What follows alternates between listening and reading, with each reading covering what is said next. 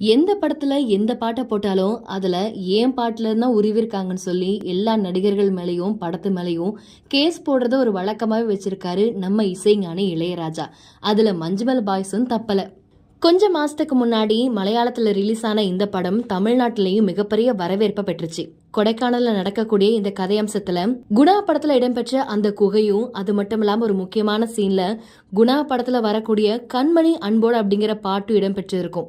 அந்த பாட்டை கேட்டுட்டு இளையராஜா இந்த படத்துக்கு எப்படி என்னோட அனுமதி இல்லாம நீங்க இசையை போடலான்னு சொல்லி படத்தோட தயாரிப்பாளருக்கு நோட்டீஸ் அனுப்பியிருக்காரு. இந்த விஷயம் எல்லாருக்குமே தெரியும். இதுக்கு தயாரிப்பாளர் ஒரு பதிலடியும் கொடுத்திருக்கிறாரு.